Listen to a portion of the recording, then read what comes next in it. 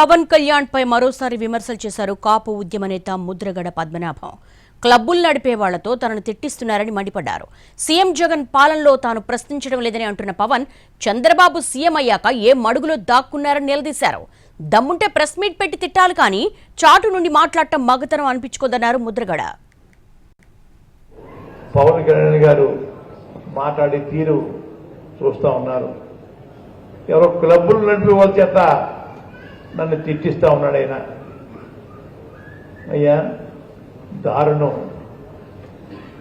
జగన్ గారు వచ్చిన తర్వాత నువ్వు ఎక్కడున్నావు, ఎందుకు చేయలేదు ఉద్యమం అని చెప్పి నన్ను ప్రశ్నిస్తా ఉన్నాడు ఆయనండి. నేనేమన్నానంటే 5 సంవత్సరాలు తమ చంద్రబాబు నాయుడు పరిపాలన తమరు ఏ మడుగులు దాక్కున్నారు,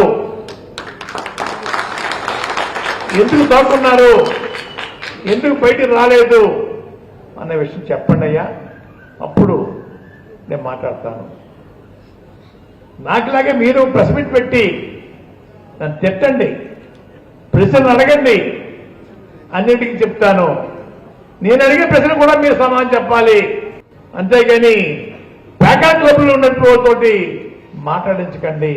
దమ్ము ధైర్యం ఉంటే మగాడైతే నన్ను ప్రెస్ మీట్ పెట్టి తిట్టండి, రెడీగా ఉన్నాను సమాధానం చెప్పడానికి.